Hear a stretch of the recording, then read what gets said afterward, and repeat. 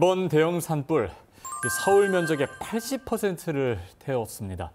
영남 지역의 산불로 뉴스에서 전해드린 것처럼 피해 지역의 이재민들은 삶의 터전을 잃었는데요. 정부가 3월에 이어서 경북과 경남에 재난특별교부세를 추가 지원하겠다고 밝혔습니다. 현재 피해 수습과 복구에 총력을 기울이고 있습니다. 국내 주식시장에 공매도가 전면 재개됐습니다. 중소형주를 포함한 전 종목 공매도가 가능해집니다. 서울 스튜디오 연결해서 자세한 내용 살펴보겠습니다. 박성욱 앵커.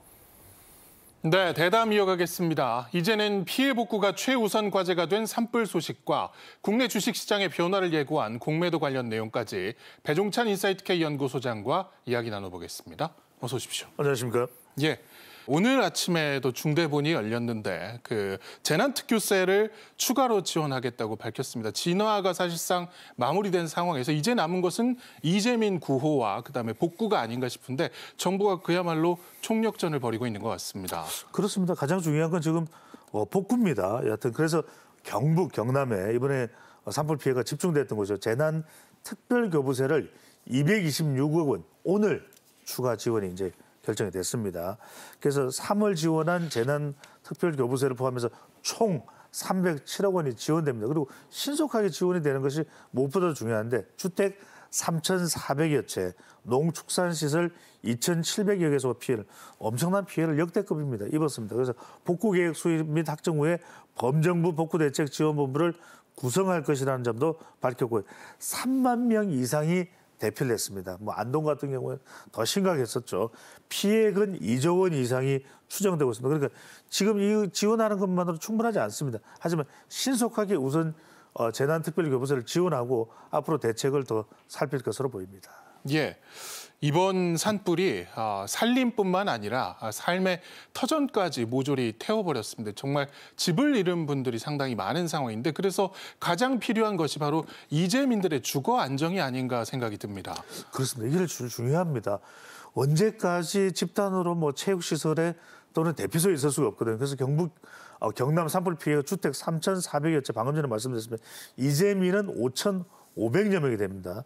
특히 이제 문제는 뭐냐면 고령층 이재민인데 일주일 이상 대피소 생활이 지속되니까 건강도 문제가 될 수 있습니다. 그래서 국토부는 LH와 산불 피해 이재민의 긴급 주거 지원을 이제 시행할 계획인데요. 공공임대주택을 활용하는 겁니다.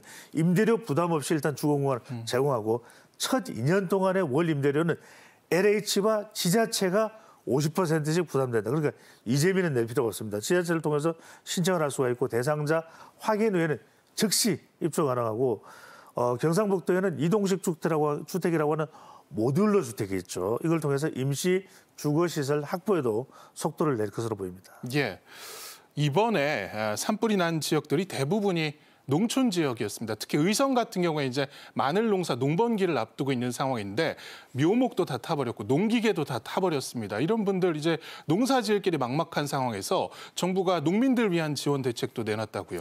그렇습니다. 이게 지금 이제부터 3월, 4월이니까 씨 풀이고 씨 뿌리고 그다음에 키우고 이제는 가을 되면 수확을 해야 되는데 지금 그걸 못하게 되면 큰일이거든요. 그래서 산불 피해에 초대형 산불에 농산물이 직접탄을 입었습니다. 생육 상황을 철저히 점검하는데 지금 경북 의성하면 마늘로 유명하죠. 자칫 시장에도 큰 파장이 일어날 수 있습니다. 그래서 산불로 여의도 5배의 가수원이 피해를 입었고 기타 작물은 무려 56헥타르가 손실이 됐습니다.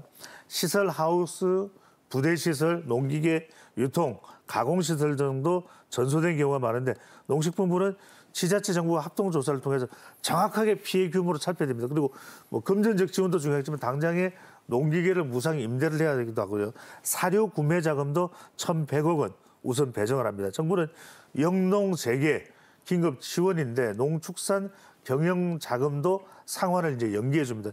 이번에 우리 이재민들의 이야기를 들으면 소가 그냥 그대로 타버렸다. 이런 이야기가 나올 정도이기 때문에 정부는 양곡도 무상 공급을 하고 왕진버스 건강 상태도 지금 상당히 연기 흡입이라든지 건강 상태라든지 문제가 있는 경우가 많을 수 있기 때문에 복지 사업도 병행 추진합니다.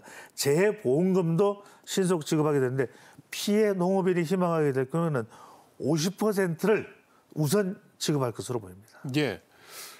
이재민 주거 지원이라든가 그다음에 농민 지원 역시 모두 예산이 드는 부분입니다. 그래서 정부는 10조 원 규모의 지금 추가 경정 예산안을 내겠다는 계획인데 일단 신속한 피해 복구와 피해 주민의 지원을 위해서 예산을 대규모로 편성한 것 같습니다. 그렇습니다. 경제부총리는 10조 원 필수 추경을 편성을 하고 국회에 처리를 요청했습니다. 국회에서도 빨리 좀 통과를 해야 됩니다. 산불 피해 또 통상 리스크 대비도 있는데 신속 재정 투입이 필요한 그런 상황입니다. 산불은 재난 대응에 최우선해야 되기 때문에 지금 산불이 끝난 게 아닙니다. 네. 4월이 또 어떻게 될지 모르는 상황입니다.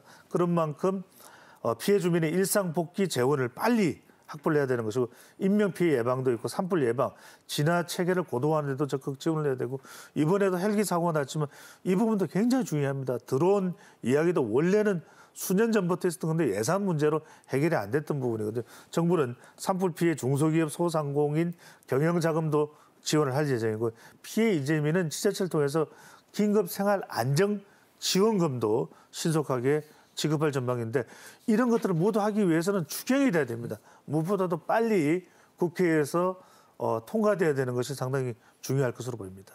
예, 무엇보다 재발 방지가 상당히 중요한 상황입니다. 앞서 말씀해 주신 것처럼 그 화재가 다시 한번 발생하게 된다면 지금 복구도 안 된 상황에서 엄청난 또 에너지가 낭비게 되는 상황인데 원인부터 좀 진단을 해봐야 될 것 같습니다. 수사가 속도를 내고 있다고요. 그렇습니다. 합동 감식이 되고 있는데 경북은 특히 경찰은 경북 산불의 최초 발화자는 합동 감식이 시작됐습니다. 최초 발화 지점과 발화 원인을 규명해서 화재 진행 방향을 이제 조사를 하고 있습니다. 사람의 실화로 이렇게 추정이 되고 있는데 하염 흔적을 분석을 해서 산불 확산 특성도 이제 확인을 했는데 마을 주민을 상대로 해서 발화 당시의 상황 또 목격자들도 있을 테니까요.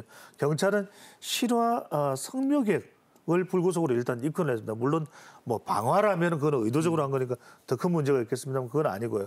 감식 결과 후에 이제 소환 조사를 할 것으로 보이는데 의성군의 화재 조사를 시작으로 해서 가수원 소각 추정이 되고 있습니다. 그러니까 가수원에 이렇게 좀 소각을 할 때 그런 때 화재로 이제 이어지는 경우가 바람에 의해서 또 원인이 됐을 수도 있으니까요.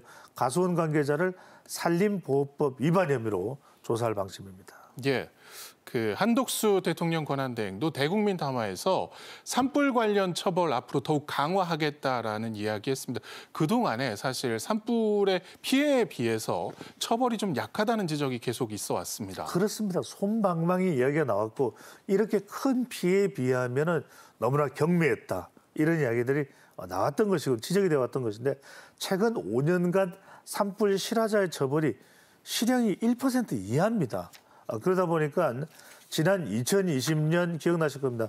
강원 고성 산불의 피해 면적이 무려 123헥타르, 축구장의 120개 면적입니다. 그런데 고성화재 실화자에게는 하목 보일러 서울, 이게 이제 목재를 넣어서 떼는 그 보일러가 되겠죠. 징역 10개월의 집행유예가 선고됐습니다. 그래서 실수 또 방화 포함해서 산림에 불을 낼 경우에는 산림보호법으로 위반 처벌이 되는데 이런 부분들이 너무 경미했다. 최근 5년간 신고된 산림 실화 사건이 실형을 받은 것이 불과 8건밖에 안 됩니다. 그러다 보니까 산불 낸 사람을 찾기도 매우 어렵습니다. 그러니까 어디서 났는지를 모르는 상태 또 누가 냈는지를 모르는 상태이기 때문에 검거율이 한 40% 정도 절반 이하죠. 또 솜방망이 처벌이 이루어졌던 것이고요. 한덕수 권한대행은 불법 소각 단속 처벌을 강화할 것이다. 물론 예방이 중요합니다만 이런 처벌을 통해서 또 상당히 조심할 수밖에 없도록 하는 그런 경고성 의미도 담겨 있는 것으로 보입니다.